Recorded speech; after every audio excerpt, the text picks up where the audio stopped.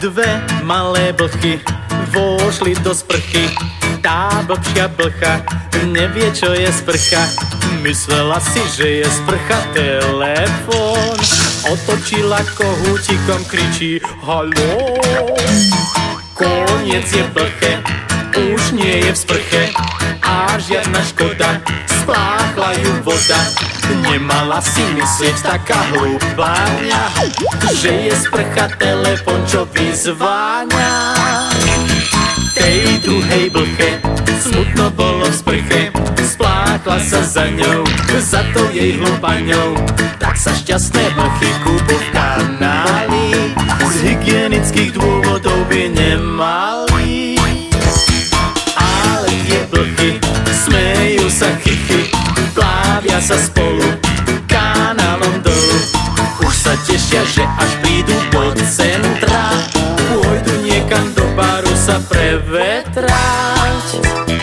Tancuje blcha a celý bar ňuchá. Už to spoznali, že boli v kanáli. Čašník na ne kričí, že okamžite chodte rovno do sprchy, veď smrdíte. A preto dve malé blchy vošli do sprchy. Tá blbšia blcha nevie, čo je sprcha.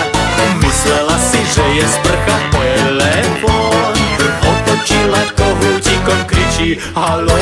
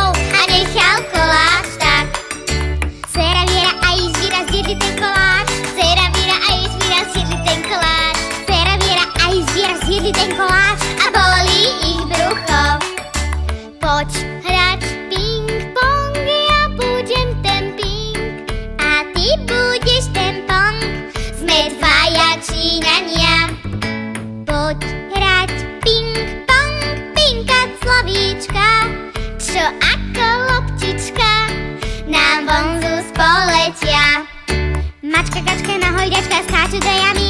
Mačka, kačka, nahojďačka, skáču do jamy. Mačka, kačka, nahojďačka.